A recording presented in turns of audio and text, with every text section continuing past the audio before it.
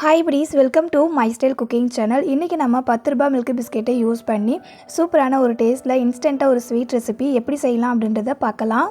10 ரூபாய் மில்க் பிஸ்கெட்டில் இப்படி கூட செய்யலாமான்னு ஆச்சரியப்படுவீங்க. நீங்களே பிஸ்கெட்டை தான் செஞ்சேன் அப்படின்னு சொன்னாலும் யாருமே நம்ப மாட்டாங்க. அந்த அளவுக்கு டேஸ்ட் ரொம்ப சூப்பராக இருக்கும். பிஸ்கெட்டில் செஞ்சோம் அப்படின்றது கொஞ்சம் கூட தெரியாது. ஸோ வீடியோ லாஸ்ட் வரைக்கும் ஸ்கிப் பண்ணாமல் பாருங்கள். நம்ம சேனலில் வர இது போல் இன்ட்ரெஸ்டிங்கான ரெசிபியை பார்க்கணும் அப்படின்னா இந்த வீடியோ கீழே இருக்கிற ரெட் கலர் பட்டனை கிளிக் பண்ணி சப்ஸ்கிரைப் பண்ணிட்டு கூடவே பக்கத்தில் இருக்க பெல் ஐக்கானையும் கிளிக் பண்ணிவிட்டு ஆல் அப்படின்ற ஆப்ஷனையும் செலக்ட் பண்ணி வச்சுக்கோங்க. அப்போ தான் நான் லேட்டஸ்ட்டாக அப்லோட் பண்ணுற எல்லா ரெசிபியுமே உங்களுக்கு நோட்டிஃபிகேஷனாக வரும். இப்போ வாங்க படிஸ் வீடியோக்குள்ளே போகலாம்.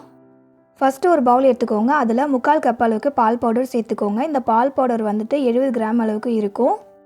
பால் பவுடரில் காய்ச்சி ஆற வச்ச பாலை சேர்த்துக்கிட்டு நல்லா கட்டிகள் இல்லாமல் கலந்து எடுத்துக்கலாம்.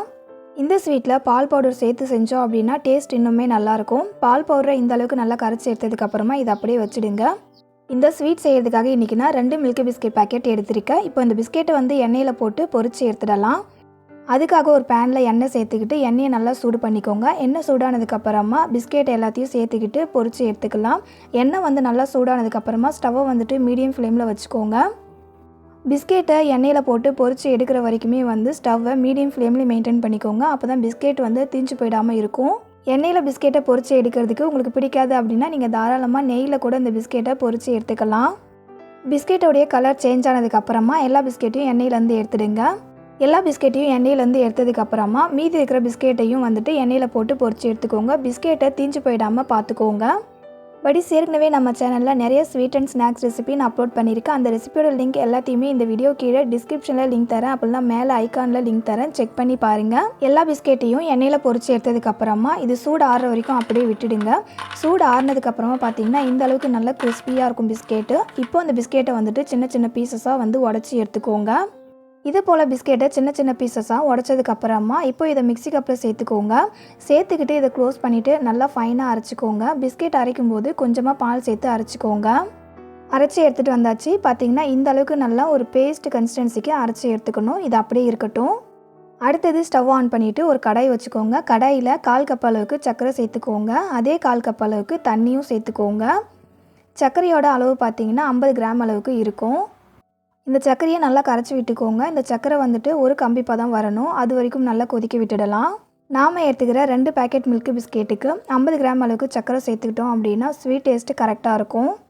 சர்க்கரை கரைஞ்சி இதை போல் கொதித்து வந்ததுக்கப்புறமா 1 டேபிள் ஸ்பூன் அளவுக்கு ஏலக்காய் தூள் சேர்த்துக்கிட்டு நல்லா மிக்ஸ் பண்ணி விட்டுக்கோங்க. சர்க்கரை தண்ணி திக்காகி நல்லா நுரைச்சி பொங்கி வருது. இப்போது கம்பி பதம் வந்திருக்கா இல்லையான்றதை செக் பண்ணிக்கலாம். அதுக்காக கொஞ்சமாக கையில் சர்க்கரை தண்ணியை தொட்டுக்கிட்டு 2 விரலுக்கு நடுவில் நம்ம இந்த மாதிரி தொட்டு பார்த்தோம் அப்படின்னா ஒரு கம்பி ஃபார்ம் ஆகும். இது போல் ஒரு கம்பி பதம் வந்ததுக்கப்புறமா சர்க்கரை பாகில் நம்ம கரைச்சி வச்சுருக்கோம்ல பால் பவுடர், அதை சேர்த்துக்கிட்டு கட்டிகள் வராமல் நல்லா கலந்து விட்டுக்கோங்க. இந்த பால் பவுடர் நல்லா திக்காகி வரும். அது வரைக்கும் கலந்து விட்டுக்கோங்க. பால் பவுடர் நல்லா திக்காகி வந்ததுக்கப்புறமா நம்ம அரைச்சி வச்சுருக்க பிஸ்கெட்டை இது கூட சேர்த்துக்கிட்டு நல்லா மிக்ஸ் பண்ணி விட்டுக்கோங்க. கண்டினியூஸாக கலந்து விட்டுட்டே இருந்தீங்க அப்படின்னா இது நல்லா ஒரு ஹல்வா டெக்ஸ்சருக்கு வரும். அது வரைக்கும் நல்லா மிக்ஸ் பண்ணி விட்டுட்டு கலந்து விட்டுட்டே இருங்க. பாருங்கள் இந்த அளவுக்கு நல்லா கெட்டியாகி வரும். இதில் இன்னும் எண்ணெய் நல்லா பிரிஞ்சு வரும். அது வரைக்கும் நல்லா கலந்து விட்டுக்கிட்டே இருங்க. இதை போல் சைடில் எண்ணெய் பிரிஞ்சு வந்ததுக்கப்புறமா இதை ஒரு டைம் நல்லா கலந்து விட்டுக்கோங்க. இந்த ஸ்வீட் ரெசிபிக்கு நம்ம நெய் சேர்க்கணும் அப்படின்ற அவசியமே இல்லை. நெய் சேர்க்காமல் செஞ்சோம் அப்படின்னாலே ரொம்ப சூப்பராக இருக்கும். கரண்டியில் எடுத்து கீழே விட்டோம் அப்படின்னா கரண்டியில் ஒட்டாமல் வேணும். இதுதான் கரெக்டான பதம். அடுத்தது ஒரு ட்ரேயில் பட்டர் ஷீட் வச்சுட்டு இதில் எண்ணெய் அப்ளை பண்ணிக்கோங்க. ட்ரே இல்லை அப்படின்னா நீங்கள் ஃப்ளாட்டாக இருக்கிற தட்டு அப்படின்னா கப்பு இருக்கும்ல, அதில் கூட நீங்கள் இந்த மாதிரி பட்டர் ஷீட் வச்சுட்டு எண்ணெய் அப்ளை பண்ணிக்கலாம். அடுத்தது இந்த ட்ரேவில் நம்ம பர்ஃபிக்காக ரெடி பண்ணி வச்சுருக்கிறத சேர்த்துக்கலாம். சேர்த்துட்டு இதை நல்லா சமப்படுத்தி விட்டுக்கோங்க. இதை போல் சமப்படுத்தி விட்டதுக்கப்புறமா மேலே ட்ரை நட்ஸ் சேர்த்துக்கிட்டு இதை லைட்டாக ப்ரெஸ் பண்ணி விட்டுருங்க. ப்ரெஸ் பண்ணி விட்டுட்டு இப்போ இதோடைய சூடு கம்ப்ளீட்டாக ஆறணும். அது வரைக்கும் அப்படியே விட்டுடுங்க. சூடு ஆறுனதுக்கப்புறமா இது நல்லா செட் ஆகி வந்திருக்கும். அதில் இருக்கிற பட்டர் ஷீட்டை ரிமூவ் பண்ணிவிட்டு இப்போ இதை நம்ம கட் பண்ணி எடுத்துக்கலாம். அவ்வளோதான் படிஸ். ரொம்பவே சூப்பரான ஒரு டேஸ்ட்டில் பிஸ்கெட்டை வச்சு பர்ஃபி ரெசிபி செஞ்சு காமிச்சிருக்கேன். இந்த பர்ஃபி ரெசிபி உங்களுக்கு பிடிச்சிருந்தது அப்படின்னா இந்த வீடியோக்கு லைக் பண்ணுங்கள். இதை போல் இன்ட்ரெஸ்டிங்கான ரெசிபியை பார்க்குறதுக்கு மை ஸ்டைல் குக்கிங் சேனலையும் சப்ஸ்கிரைப் பண்ணிக்கோங்க. எந்த அளவுக்கு பர்ஃபி சாஃப்டாக வந்திருக்கு அப்படின்றது உங்களுக்கு பார்க்கும்போதே தெரியுதில்ல? ஆமாங்க, ரொம்ப சாஃப்டாக அண்ட் டேஸ்ட்டில் ரொம்ப சூப்பராக இருக்கும். ஸோ கண்டிப்பாக இந்த மாதிரி பர்ஃபி நீங்களும் செஞ்சு சாப்பிட்டு பாருங்கள்.